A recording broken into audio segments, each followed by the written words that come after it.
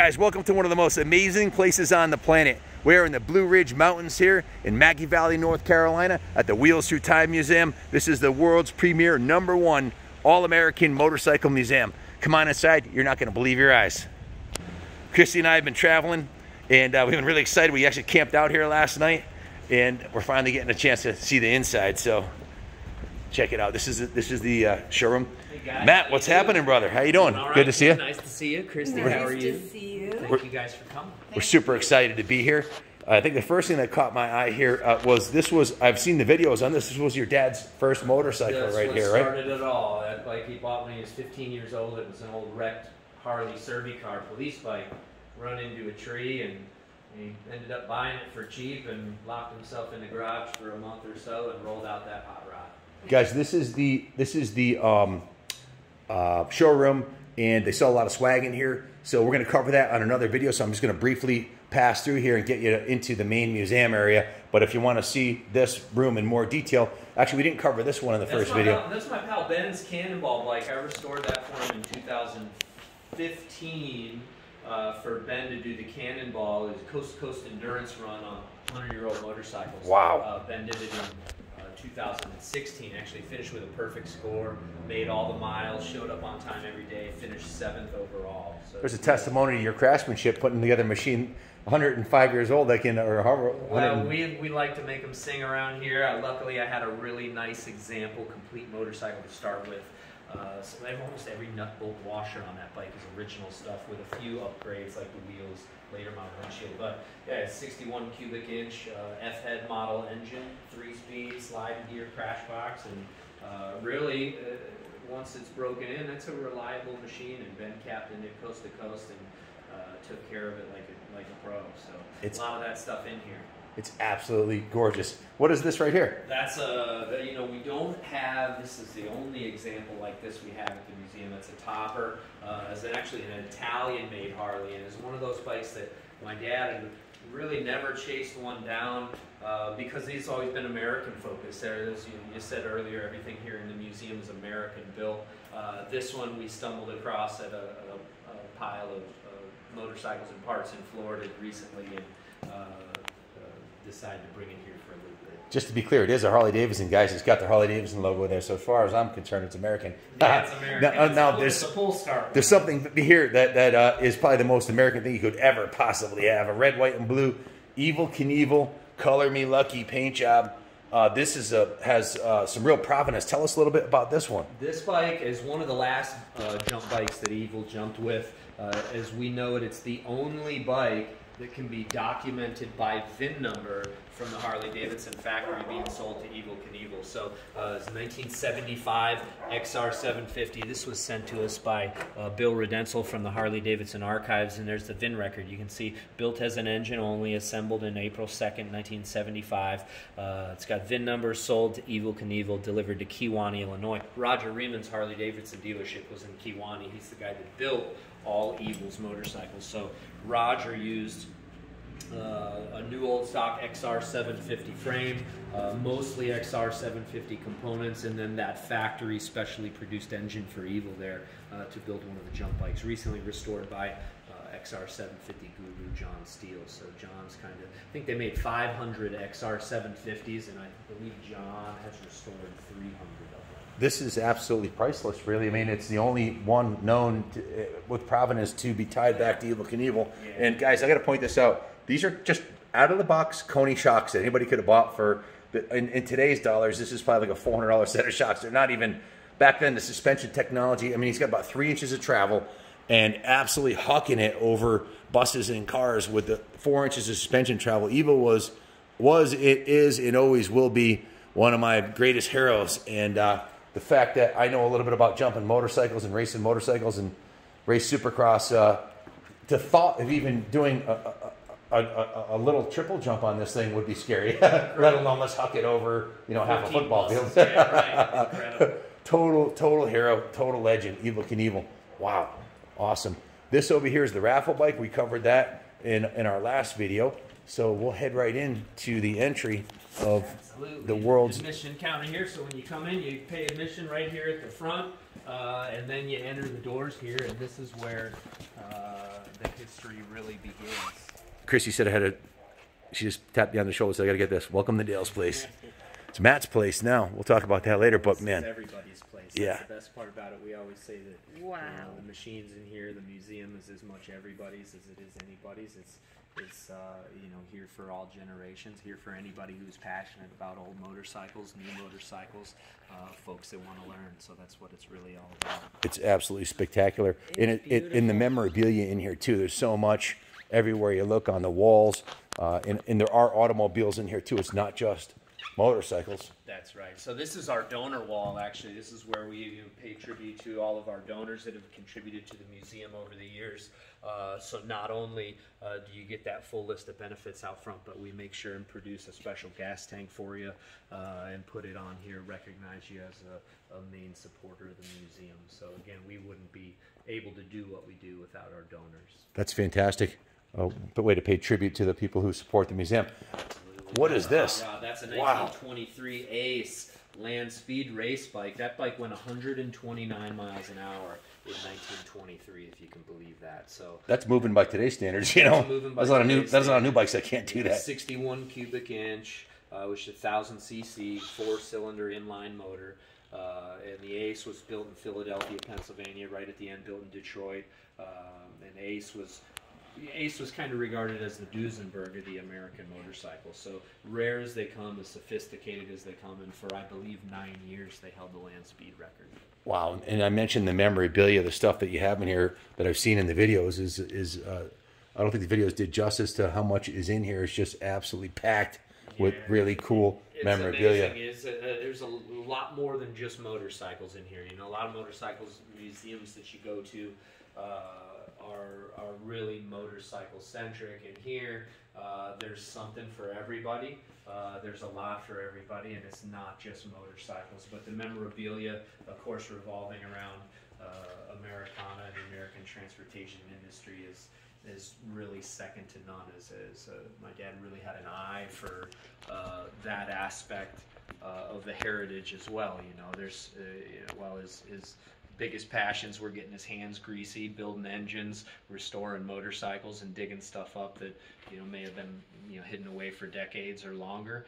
The memorabilia part, he always knew was a necessity to tell the complete story. So if you look at every bike in here for 3 minutes, I think you're here for something like 2.5, 3 days. There's bikes I could tell you about for hours at a time in here, but if you really dig in to the other content here, the memorabilia, the automobilia, it's absolutely staggering. And I always, somewhat jokingly, but a little bit telling the truth, I mean, I see new stuff in here every day. I've been around it my whole life. So it's not something you can really see all in one day, and it certainly leads into the fact that you should make multiple trips up here, just like the roads around here. There's no way you could take it all in one trip. And that's what's so neat about it is our area here. You can ride motorcycles here for weeks at a time and not hit the same road twice. You can come to the museum, and there really is no amount of time that you can spend in here and really see it all.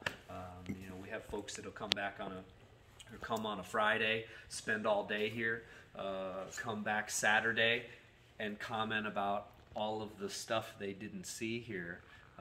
Even spending the whole previous day here. So it's really pretty staggering.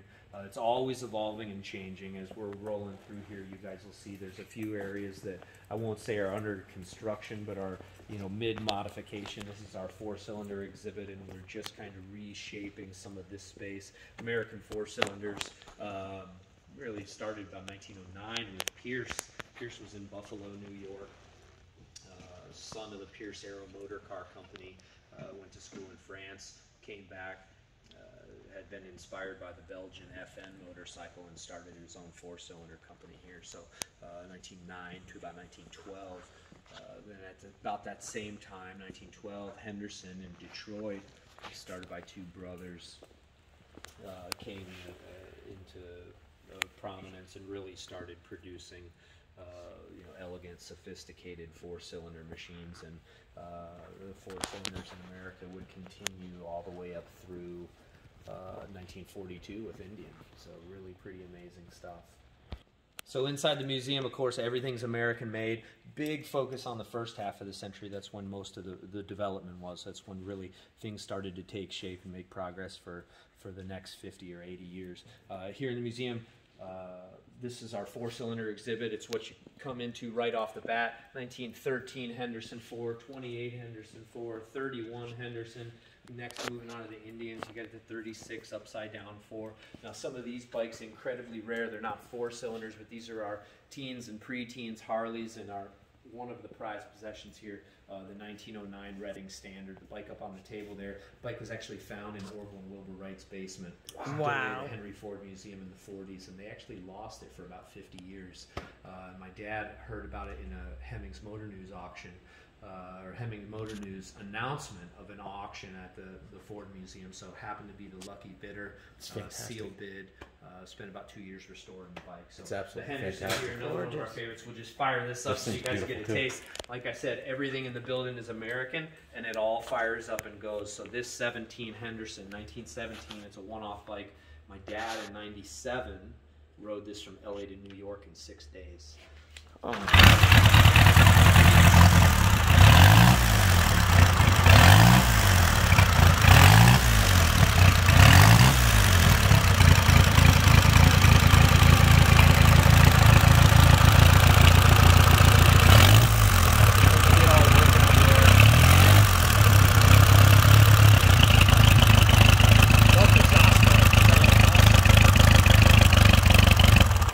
A quieted down pipe that we had made by a four-cylinder restorer buddy of ours. The original pipe that was on it was that one up there. It's way louder. It's part of the reason my dad had bad hearing on the right side, was that coast-to-coast trip with that one. Wow, yeah, that'll do it to you, huh? Yeah. 6 days coast to coast, that's incredible. On a 1917, at the time the bike was 80 years old, and he did it to re-break a transcontinental record that was set in 1917 on a really similar bike. Now, that bike itself is a one-off bike. It's the bike in the photo up there. Malden Jones was an early board track racer, raced for Merkel, raced for Harley. In 1917, Henderson hired him to do a 24-hour endurance run. Because back then, that was how they strutted their stuff, you know, is land speed records, 24-hour runs, coast-to-coast runs. So the 24-hour endurance run there, they actually failed at. He crashed in the middle of the night. The bike laid up for about 70 years. And my dad found it. This must be the original forefather of the gear bag. You young motocrossers, Junior, you guys watching this, you got your Fox bags. This was I think they had it much better back then. It's way better quality than the cheesy stuff they have today. That looks like it's lasted a century. No doubt. Throw it on the train and pick it up when you get there. Elsewhere in the museum, there is a crate of a board track racer, which I didn't even know any still existed. You know, the coolest part about that is that sort of thing, and I'll show it to you when we get back there. For 75 years, it was firewood and not much more. The fact that it survived, all it would have taken was somebody getting cold. Yeah. You know, and it's like, oh, well, we've got to burn this thing, and there goes a piece of history. Wow. So as you're moving on, this is the long part of the building, kind of called the front the main gallery. You've got kind of slices from different decades, and as you get on to the back side of the building here, you get to see these exhibits. They break up much more clearly. So obviously the military exhibit here, Harley-Davidson in the military, Indian in the military, big effect and big production really for a very long time. The WLAs, and we've got 4 of them here. They made about 60,000 original ones, restored ones. There's a special one over here that was done for the Air Force, which most of what we see WLA-wise is that army olive drab green, and this one here in white was a special production one. The Quartermaster School was actually the training school for motorcycles. So that's where if you were in the military, you wanted to learn how to work on Harley-Davidsons, that's where they sent you. So the Model XA is a neat one. It's one of the BMW-looking engines. A lot of folks come in, they say, I never knew Harley made anything like that. They made 1,000 of those for the North African desert. So you get them cylinders out. Oh, is it big tires? Yeah, big tires, disc wheels. About 60 of them had the disc wheels. Looks like the original Brocon. It kind of is, man. It's a tank. They're absolute tanks. And the big ground clearance, shaft drive. cylinders out in the wind. The shaft drive trike here, serial number 1 out of 17 produced. Wow. You know, and there's just so much in here, guys. Just unbelievable. That you know, there's about 350 bikes. And again, it's just, the history is endless. The provenance on a lot of these machines we could delve into. Of course, we don't have the time today. Right over on this side, guys, is the Teens Era Motorcycle Shop. Original bikes dating back to, I guess, our earliest motorcycle here at the museum to 1903 Indian. So this is one of the first couple hundred American motorcycles ever produced. It's the world's oldest running Indian, and it's in almost all original condition. My dad actually raced that at the Barber Museum. They have the Century Race, 100-year-old and older race. Bike has to be 100 to qualify. That's him on it in 2006. He won it on this bike a couple times. Did you say this is the oldest known Indian to exist? The world's oldest running Indian.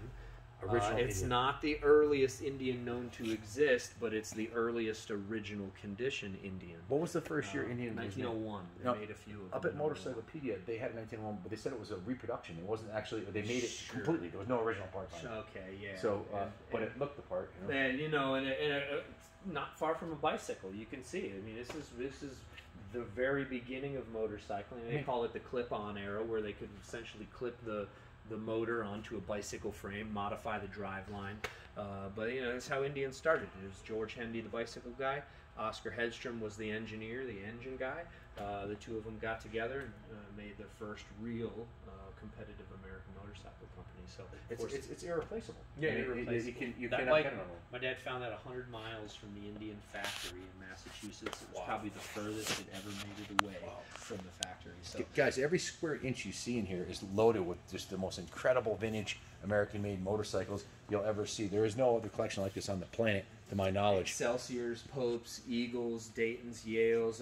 Right behind you, you've got the Chopper Graveyard, one of those exhibits that folks really feed off here. Love it. I love it. It's a visitor favorite. You know, and there's some really historic period choppers here. Some stuff that I build or my dad built also. There's a few of our donated motorcycles are also in the graveyard. And yeah, knuckleheads, Indians, panheads. The Coke bike is, we call it the first theme bike up there. That was built by Ron Finch in the 70s. I absolutely love it. That is a really neat piece. How many different brands of American bikes do you guys have here? There's 35 brands of motorcycles here. So people think American and they think Harley, they think Indian. If they get a little bit more into things, they, you know, maybe Excelsior comes to mind or Henderson, but there's actually 35 brands here.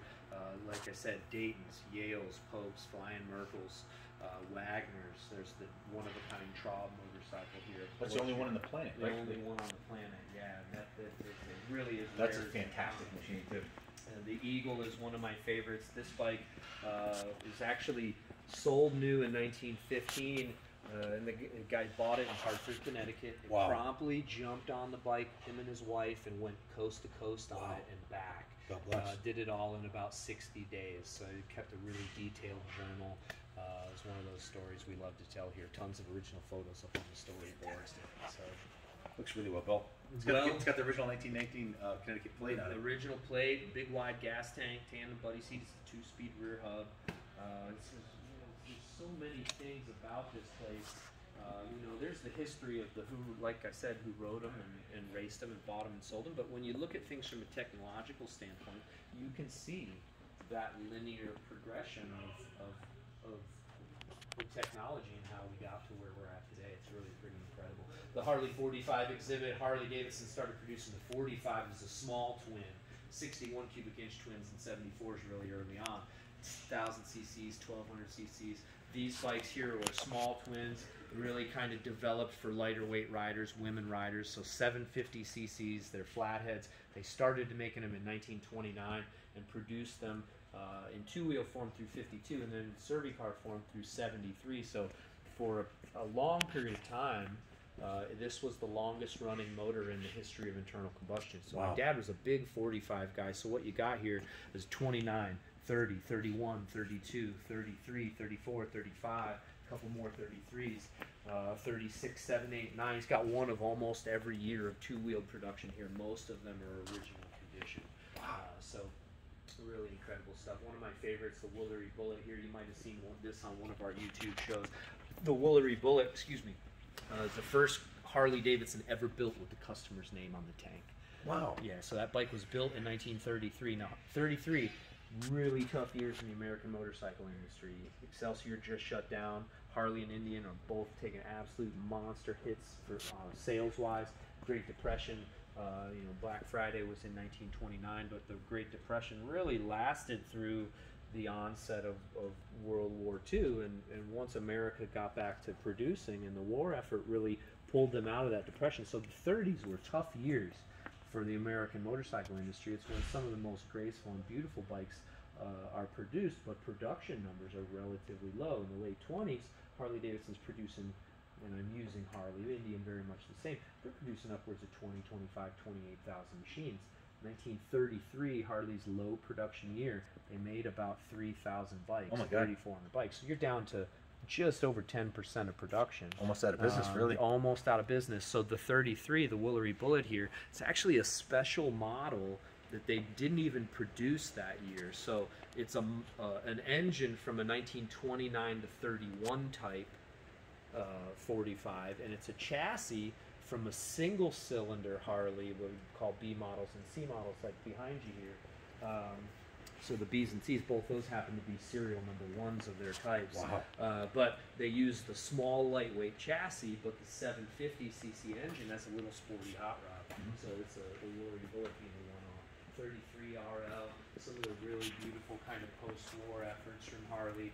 Vibrant colors, you get to see that really, really, the bikes really started to take on personality right out of the factory. From 1916 to 32, you get a Harley in any color you want as long as it was green. Yeah. And then you get into the 30s and the 40s and the 50s, and they really start to come out with some of those beautiful colors. So one of the big favorites here, my dad built this exhibit right off the bat. I was going to ask if you had any favorites. Yeah, and when I give tours through here, and my dad would very much say the same thing. My dad's common answer to what's your favorite motorcycle here was the one he rode last. The one I That's rode cool. last. I've heard that. Yeah, I've heard him say that. I run around here and I find myself being drawn to all sorts of different machines from different eras for different reasons. The hill climbing era, or the factory hill climb era, is a really kind of special time in American motorcycling. They're coming out of board track racing. Board track racing and 19 teens and 20s dirt track racing, it was the first real factory supported competitive efforts. Early on, pre-teens, they did kind of endurance runs, that sort of thing. And when you get speed starting to become a part of these equations, factories put in big resources into these board track and dirt tracking programs. Factory employed riders, special factory built bikes. Well, the hill climbing era kind of arose out of a time where the Great Depression sinks in, and there's no money for anything. But Harley continued to put in large resources, not necessarily money-wise, but time-wise, research-wise, to be able to make these special factory-built machines. Guys like you and me, we couldn't even get bikes like this at this time. Wow. So these are for your best of the best. This is a Harley-Davidson DAH. You've been to the Harley-Davidson Museum, that big 25-foot tall statue outside of the Harley Museum? It's a factory rider on a Harley-Davidson DAH. That's this bike. They made 25 of these bikes or thereabouts. These two are consecutively numbered, number 9 and 10 out of 20 built. My dad found those about 6 months apart, 100 miles apart. These are two bikes that we run regularly here at the museum. So only 20. Absolutely, bar. Maybe there's 10 of them known to exist today. Oh my God. That's so insane. really rare stuff. And again, best of the best. 1961 national champ. Happened to be a 1934 Harley. 27-year-old motorcycle guy wins national championship. Wow. Another one of my favorites, the big 80-inch job here. This one here, it'll absolutely take your leg off if you don't kick it right. It's the nastiest barking flathead I've ever heard. 80 cubic inch job. This one was built for West Coast hill climbing. So special chassis, special forks, special tanks, special 1-speed in-out box transmission. The 80-inch motors, unlike any of the other motors being produced that era. So really amazing stuff. And as you get around the hill, you're talking serial number ones, national champions, one of ones, original condition examples. For Indian, we've got the first and the last Indian hill climbers ever produced by the factory, the bookends of Indian hill climb history. So Excelsior's national champions and the prototype for the national champion. They made 24 of the gold ones over here. Wow, that's number 3 out of 24. Wow. 29 and 30. The bike was ridden by a guy named Gene Ryan to national championship fame. Now, the Excelsior here's the prototype for the 23 or 24 of them. So this one here's 101, was built Fantastic. by a guy named Andy Koslow in the Harley factory, in the Excelsior factory. Koslow helped develop the overhead valve heads. Now, this is a time where you're working with pocket valve engines, flathead engines, extremely limited compression stuff. Early teens, these factories start to get onto overhead valves, realize the performance benefits, but producing them in a reliable capacity was a big feat. You got no top end oiling, primitive oiling systems altogether, primitive metallurgy, and really overall know-how. And what they learned over the next several years going into the 1920s really allowed them to make advancements. These motorcycles produce 50-55 horsepower, which is incredible for a bike that's 90 plus years old. Now, one neat thing about this, and we always, like I said, there's That's a lot of power. I mean, a brand new YZ450 puts down a little bit less than that. Yeah. Or a Honda Sierra 450 factory race book. Yeah. You know, right out of the box. It's unbelievable. Now we're running on fast. alcohol here, Yep. so it's not a pump gas type of motorcycle. Pure race machine. These, purely built for racing. They bark huge flames. Some of the noisiest bikes in here. Neat stuff about this, and the showcases here contain a bunch of information and historical documents on Excelsior's kind of rise to hill climb fame. Those are original factory press releases. They were pencil drawn, hand drawn, and circulated amongst their dealers. One of the neat things here, you got the motorcycle, 1929 and 30 national champ. This, in the side here, Gene Ryan's, this is from the event. Gene Ryan's the new national hill climb champion, Mount Garfield, Muskegon, Michigan, August 17th, 1930. That's the press release from the actual event. This, my dad found in an entirely unrelated, different place than the motorcycle and the press release.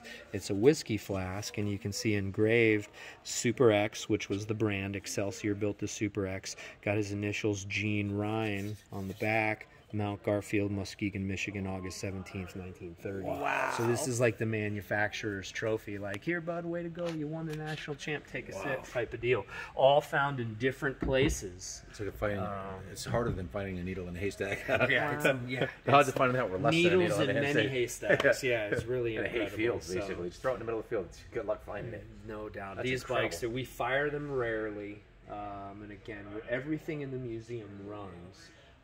We probably run 20, 30 bikes a day. We try and keep that revolving. These are some of those special occasion motorcycles. So if you're here at the museum and you get to hear one of the big X's run, one of the DAHs, one of the factory 750 or 1000cc twin cam board trackers, it's a sight to behold. It's something that, traditionally when people think of these old motorcycles, they tend to think putt, putt, putt, putt, slow, deliberate. What you quickly realize is some of this stuff is incredibly volatile, and it's really, really cool. It's awesome. So, no doubt about it. So the salvage yard here, we call it the Sinclair Station Exhibit. Carcasses and old bikes that have been kind of torn down. There's some, of course, running motorcycles throughout the exhibit, but what you see a lot here is projects that we haven't got to yet. So my dad and I always looking for new projects. And again, the museum's always evolving, it's always changing. This is where we kind of keep the stuff we haven't got to yet. So I love it. It's one of my favorite exhibits. And Imagine the typical garage you want to the go parts pick, in here are fair game to be used on restoration projects. So back in the restoration shop, we probably got 15, 18 bikes moving along in different stages. And a couple times a week, I'll be digging through here, and if I need a wheel, need a special seat pan, a gas tank for a particular model that we're working on. Just fantastic. Yeah, so I built this one a couple years ago. That's my main rider. It's That's a 39 one of your knucklehead. daily rider? Yeah, so that thing, it's fast, it's fun. It doesn't look like much, but it's really. Last year, I think I probably put 6,000 miles on it. Wow, that's fantastic. More than most of the guys in new bikes put on their Well, bike. and the thing is, you know, I work so excited, often, and it's you know, last year being closed gave me a new opportunity to kind of get out a little bit more. Stretch your legs a bit. Yeah. 99% of the time, this is where I'm at, and it's where I want to be. Yeah. It's hard for me to set down the wrenches and even go for a ride, and my dad was always the same way. That's really how this place got to be what it is. You know, he rode a lot and rode plenty, but his home was right there in the shop, and that's where he enjoyed being the most. That's him in the black shirt in the middle there. You're blessed to have that passion for it, because you couldn't do what you do unless you loved it as much as you do. Very when I much. met you at the front gate, your hands were covered in grease from working on a bike, and this is what you do. This is you're the real deal. You live, eat, bleed, breathe. We were getting ready to fire a sleep, panhead train, that hadn't run in probably 10 years. So, yeah, 49 panhead. The gas hog there, that's an old ULH flathead that my dad's, that's his Death Valley ride. Every year we used to go to a road run out in Death Valley. Yeah. Great place to ride a motorcycle. Is it? Tons of great dirt roads. You got those long range vistas. For these old bikes, it's just such an awesome place to be. We go in October, so Yeah. in the valley it's 100. Yeah. You know, but most of your riding 6, 7, 8, 10,000 feet. So you leave with a leather jacket. Excellent ride. We had a lot of fun out there over the years. The swim shop. This is one of our favorite exhibits, a visitor favorite here. The George Swim's Harley-Davidson Dealership. Swim, I think, opened his dealership in the 1930s in Energy, Illinois. Energy, Illinois, tiny little town in southern Illinois. About 150 people. Literally, still today in Energy, Illinois. How it ever supported a Harley-Davidson dealership, I don't know. George and my dad got to be buddies over the years, and some years after George closed, he called my dad up, said, "Hey Dale, are you interested in coming to take a look at the inventory?" So my dad drove up, met with George, kind of got an idea of what he was trying to do. Said, "Hey George, what do you want to do with all this stuff?" And he said, "Well, I want to sell it all. You know, well, do you have an idea of what you want for it all?" And he shot out a number, and my dad said he just about fell over, weak in the knees, and couldn't get home fast enough to get the money together and purchase Swim's dealership. So this is our very best recreation of George's shop. The shelves, the cabinets, the tools, the showcases, the equipment, the parts, all was right there out of George's place. So the motorcycles back in here tend to revolve a little bit. We change it up and keep it fresh. But here you are, late 30s, 40s, 50s Harley-Davidson dealership. It's a time capsule. I love it. It doesn't get more authentic than that. That's the real deal right there. Yeah. 48 panhead. That's an original condition bike. Another visitor favorite. Very similar to our raffle bike this year, but a little bit more well worn and patinaed. So Fantastic. hey man, morning. How's it going? Afternoon. Yeah. So that bike right there is the 48 that my dad used to give me rides on as a little kid. So it's got photos of me probably 1, 2, 3 years old riding on the gas tank. That's awesome. That's where your fond memories. Your and, passion for it started right there. yeah, I suppose it's you know, people always ask where you know when you're firing bikes up and you get that feel for how a throttle turns. They're all different, you know, and the way that you whip the throttle on a CR500 is the way that is different than how you whip a throttle on, say, a 47 Indian. That bike I kind of always considered the way or the reason that, you know, I just feel like that connection That's right. is what it is. So guys, if you this is probably one of the few videos you're going to see here where there's not the place isn't packed with people. It's all right. They're actually opening April 1st. So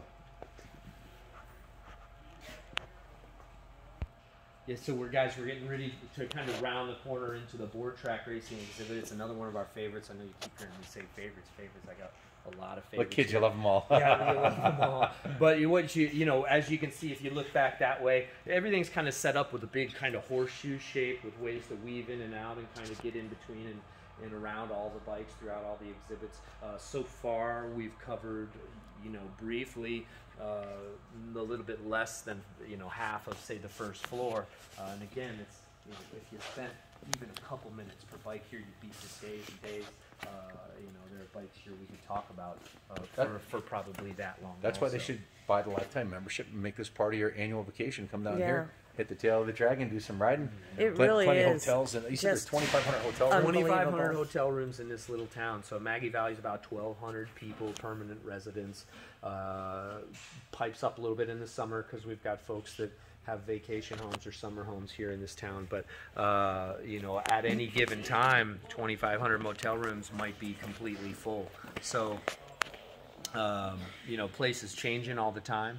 Maggie Valley itself is it's one of those places that excellent spot to base from. You know, when you're going riding in the mountains, this is the type of place you can shoot out in a different direction every day, kind of base yourself right here. And campgrounds too, right? Yeah, campgrounds also, and I'm not even sure of the numbers on campgrounds. I saw a lot of them. We're in a camper, so I noticed all that. Significant. So board track racing, one of the first real venues of speed in the United States. So really early on, 1912, Excelsior breaks the 100-mile-an-hour mark. You're talking 10 years into American motorcycling, period. It's incredible. It's incredible. But there's Excelsiors here. The Thor here behind you is one of the only known, it's the only known example of a Thor SR twin-cylinder board tracker. The Flexi sidecar, this is another one of my favorites here. This one was ridden and raced by Pop Dreyer. This is a flexible, leaning sidecar over here. Check this out. Wow. So the sidecar and the outer wheel itself. This is board track racing sidecar? Board track and dirt track. So,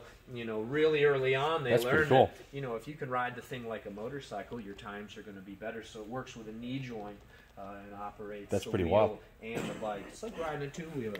They said the board track racing was dangerous. That was extra dangerous.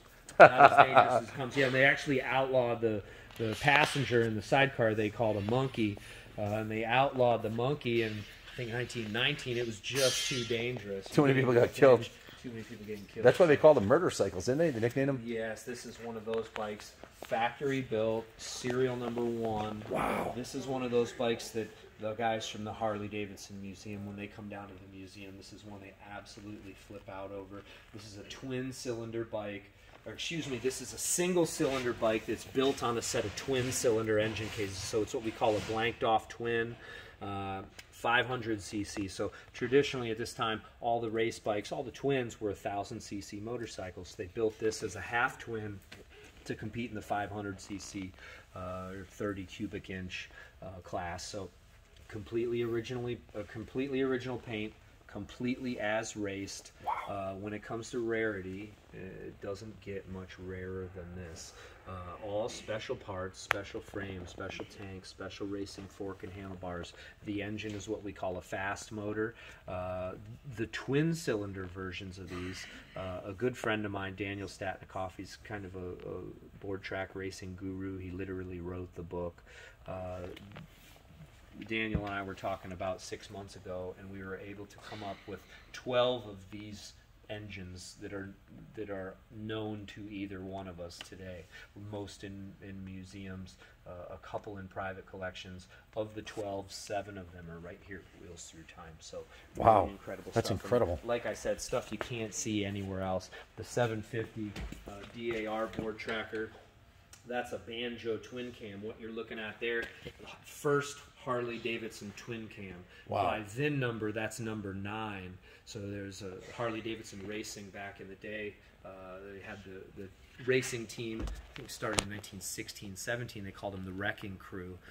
One of those members was Jim Davis. Jim Davis raced for Harley-Davidson through into the 1920s. Also raced for Indian a little bit. That was actually Jim Davis's racing machine. Fantastic. By VIN number. So that's the 9th twin cam. You guys riding Harley-Davidson. Oh yeah, twin cams. You're, I got one in the trailer. What is it, 99 through 2017? Sounds about right, yeah. Yeah, the twin cam. I actually started that almost 100 years earlier in 1918, 1919. Fantastic. Incredible bikes. So later twin cams, these are what we call FHs. That kind of kidney bean shaped cam cover. And again, these are engines that were so highly specific at the time and so different than anything else Harley-Davidson was producing for the road. Guys like us, we couldn't even get our hands on these sorts of bikes. So incredibly rare stuff. The 750 DAR was another one-of-a-kind bike. This actually a Pebble Beach winner. My dad was invited to Pebble Beach Concourse on I believe the second year that they did motorcycles. They highlighted American racing machines.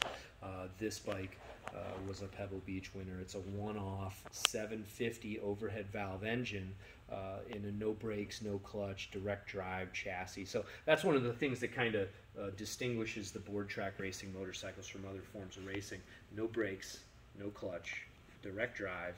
When the motor's running, the wheel is spinning. So your push start, they all gather up on kind of a warm-up or assembly laps, gather up as a group. It's like NASCAR. It's a rolling start, but rather than pole position, they fan out across the track. Wow. They come around that turn 4. You're always looking for the flagger up at the start-finish line.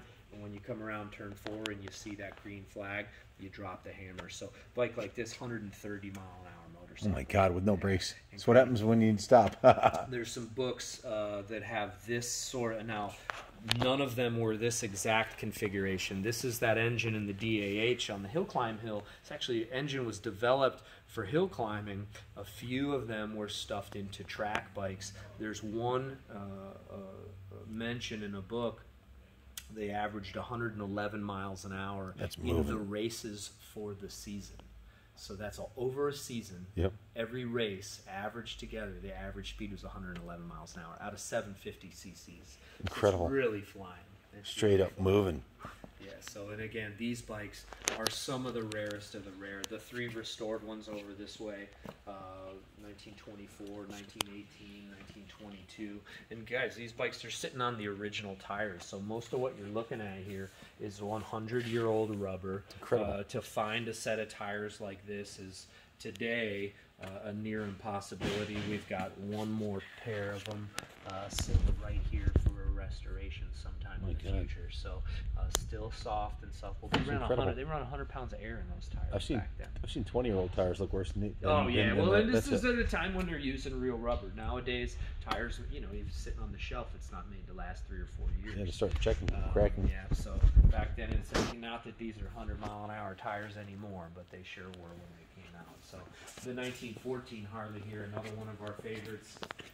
This 1914 was the first year that Harley-Davidson had a factory-sponsored racing team. First year that they built special machines for racing and for their race team. This is what we call an A-motor factory racer. In 1914, they built a very limited number of these. It's an unknown number. I would say less than 15. This is the only authentic original example left in existence. Oh my God. So Dodge City, Kansas, this bike was built for. Dodge City, they used to have a big 300-mile road race. Of course, back then that's dirt roads.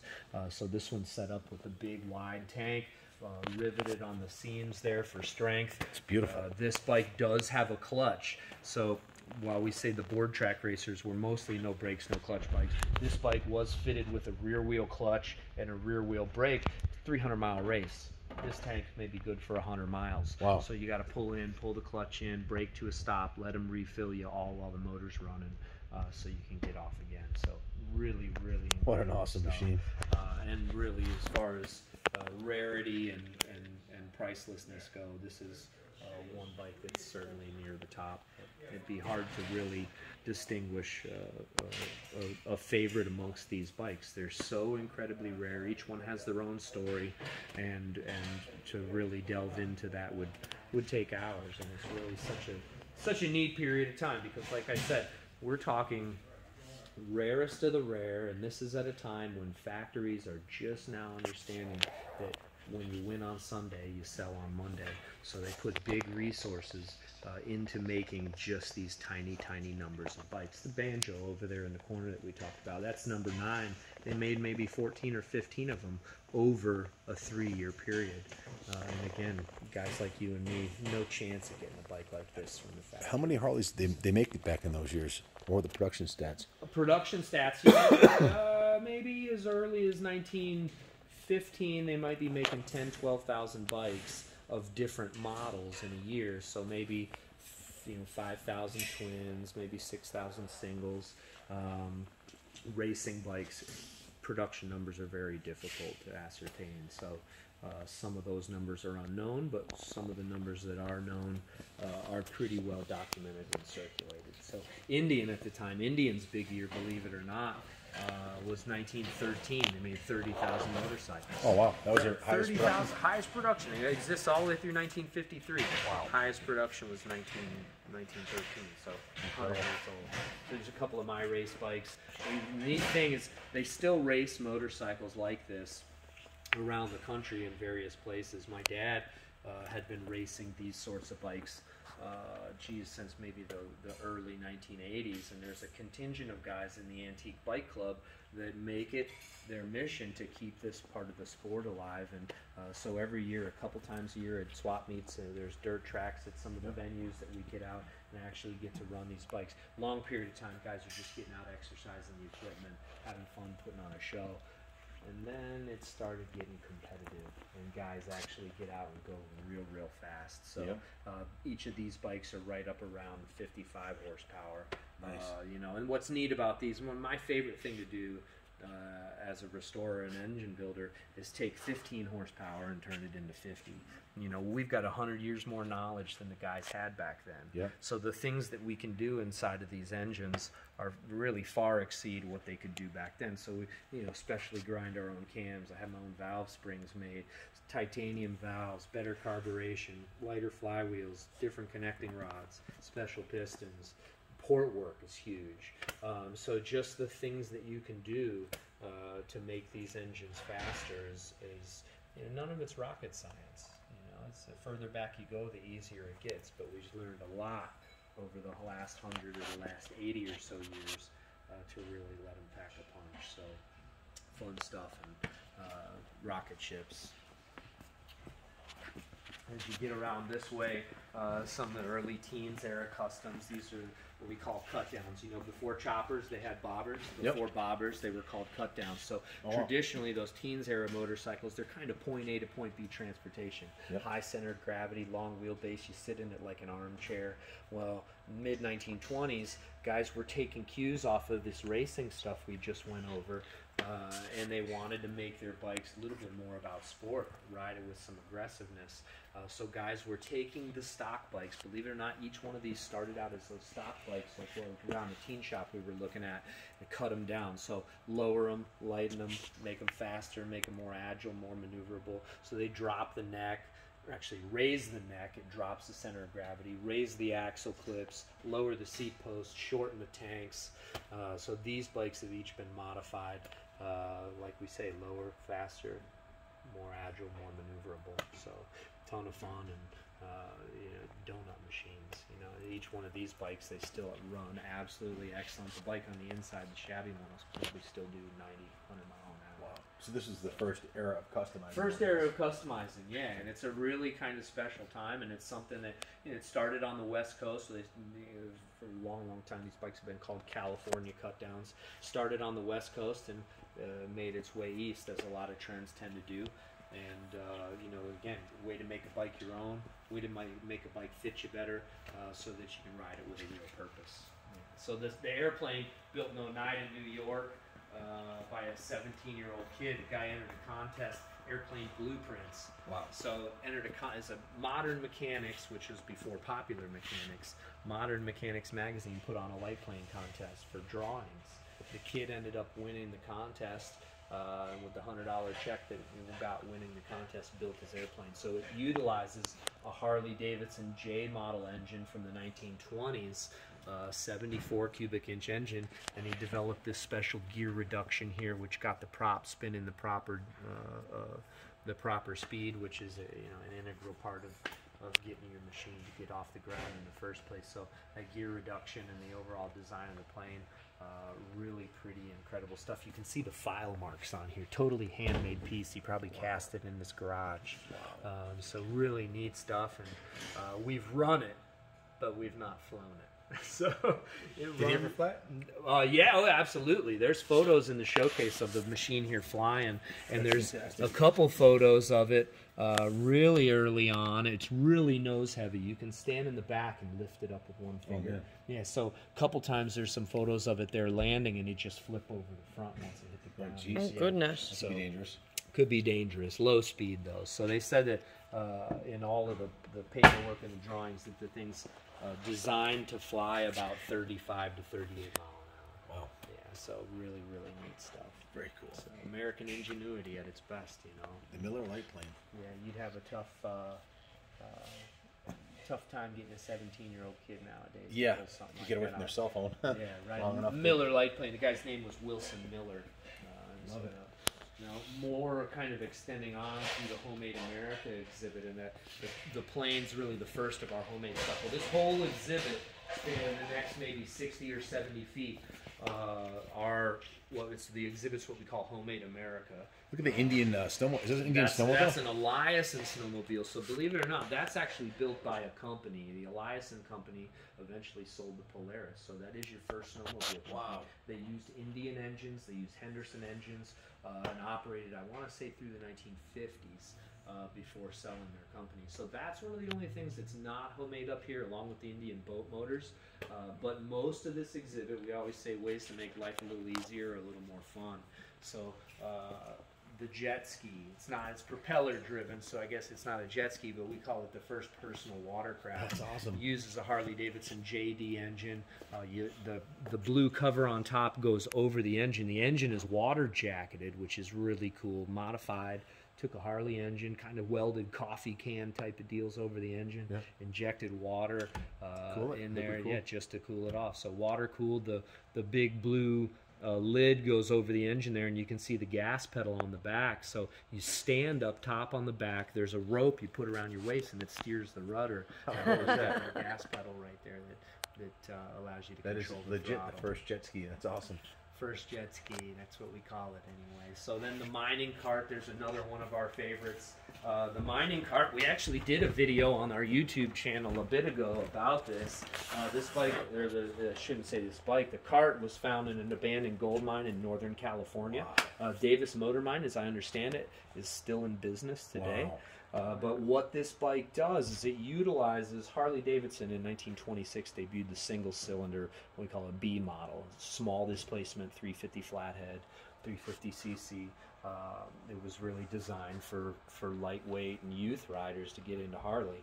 So they took a 1926 Harley-Davidson B model, and you can see, used the center part of the frame, pulled the fork off, ditched it, who knows where that ended up. You've got the entire cradle of the frame right here, original location of the gas tanks, seat post tube. Here's your standard 3-speed Harley transmission. If you look, these here are actually the ends of the handlebars that they welded these little posts on. So throttle operates here, or excuse me, throttle operates here. Spark advance over on this side. It's got 2 transmissions. It's electric start. It's got 9 forward speeds and 3 reverses. Really, really cool piece of work, and it runs as good as new. So we run it occasionally here at the museum. It's one of That is a really unique piece. next goals is to get some narrow gauge track and set it up outside. Get a few extra cars. That would be neat. Yeah, give kids rides and stuff like that. Toss them in the car. So tillers and snow blowers and grass cutters. The big saw up top is an ice saw. Wow. It was found up near Crater Lake, Oregon, and that uses a 1915 Harley-Davidson chassis, and they built it into a saw. So they took the drive off the rear wheel and connected it to that kind of reciprocating arm saw. It works a lot like how a locomotive drives anyway. So yeah, snowblower, the tillers are super neat pieces of work. All, you can just imagine Grandpa's old motorcycle, worn out, laying up against the wall of the shed. Heck, we're going to use this old engine and put it to good use. So there's all sorts of implements here that, with some American ingenuity, have evolved into a new purpose. It's really cool stuff. Wouldn't want to be twin-powered snowblower or a weed whacker. Yeah, right. Harley. Tiller. Who said Harley never made snowblowers? Well, Harley didn't anyway. As you're moving on, guys, you kind of get a back glimpse of the teens era motorcycle shop, and we really didn't get a chance to highlight the teen shop. We call it Shaber's Cycle Shop. Now, Shaber's was a Harley-Davidson dealer in Ithaca, New York. Okay, and Shaber's was a dealer long before they even called them dealers. Initially, the very first quote-unquote dealers, they were agencies for Harley-Davidson motorcycles. So my dad went to the Shavers auction in, I believe, the late 1970s and really purchased some of that inventory there that gave him a really big head start at portraying kind of that early American motorcycle dealership scene. So the barn, or the shop here, all the wood was a barn that was actually located on the property when we bought this property here, and we tore the barn down, salvaged all the wood and the tin, and rebuilt the Teens Era motorcycle shop right here at the museum. So inside the shop, you've got parts, motorcycles, the workbenches, the showcases. This is very much how an early Teens Era motorcycle shop, rural motorcycle shop would have looked. Now, of course, this is, I won't call it a catch-all by any means, but when we find teens parts, you know, you go, you know, pick a barn full of stuff from the early teens, or end up finding a pair of, you know, a transmission or a pair of handlebars at a swap meet.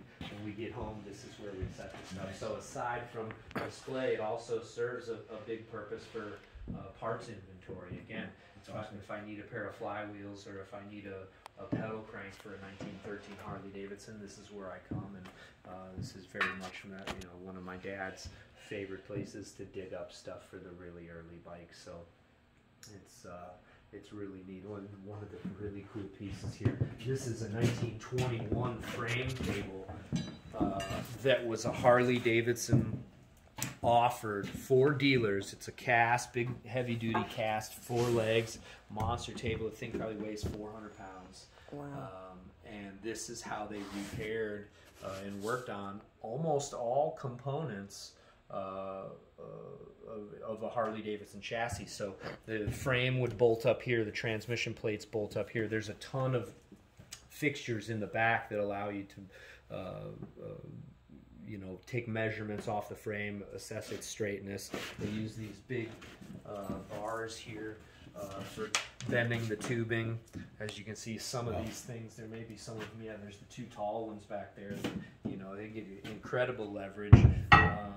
Special fixtures for doing the forks. This happens to be a new old stock fork, but 1921, we have a book for this that they sold with the frame table, and the book itself in 1921 was like $31, which is an insane amount of money. You know, a whole motorcycle cost $210 back then. You know, just the book for this frame table at the time cost 30-something. So really neat stuff. The fire grease is another favorite. Big old cans on there. 1915 awesome. Indian, that's model D1, so it's kind of like a street racer. Clutch, brake, single speed, dropped handlebars though, special suspension dampening and steering dampening. And this has been modified by one of its previous owners. For some reason, he liked that big can exhaust. I'm not sure if what his purpose was behind it, but this thing absolutely barks and makes an incredible noise. Really cool stuff. Now, outside of the teen shop, as we kind of, if we were to make a big loop around it, really early up front, you've got the original paint Teens Era Harley-Davidson collection. As you get over that side, you've got some Indians, Excelsiors, original condition, too many to list. Back of the building is kind of what we call a veteran American motorcycles, kind of motorcycles produced in between the Great Depression and the First World War. Really, you know, the stuff in the back there is almost all untampered with original motorcycles. So one of our favorites here, the Traub. I'm not sure if some of you guys may have heard about this bike. If you Google today, world's rarest motorcycle, this is what turns up. So Traub was actually never a motorcycle company. There never was a Traub motorcycle company, but yet here exists this motorcycle, highly refined, as you can tell by the appearance. It's an 80 cubic inch side valve, twin cam, 3-speed, special frame. Almost every piece on this motorcycle is crafted for this bike and this bike only. Other than the seat, the carb, the magneto, and you figure this guy's idea, we always assumed it was a Mr. Traub that built it. This guy's idea was to create a new breed of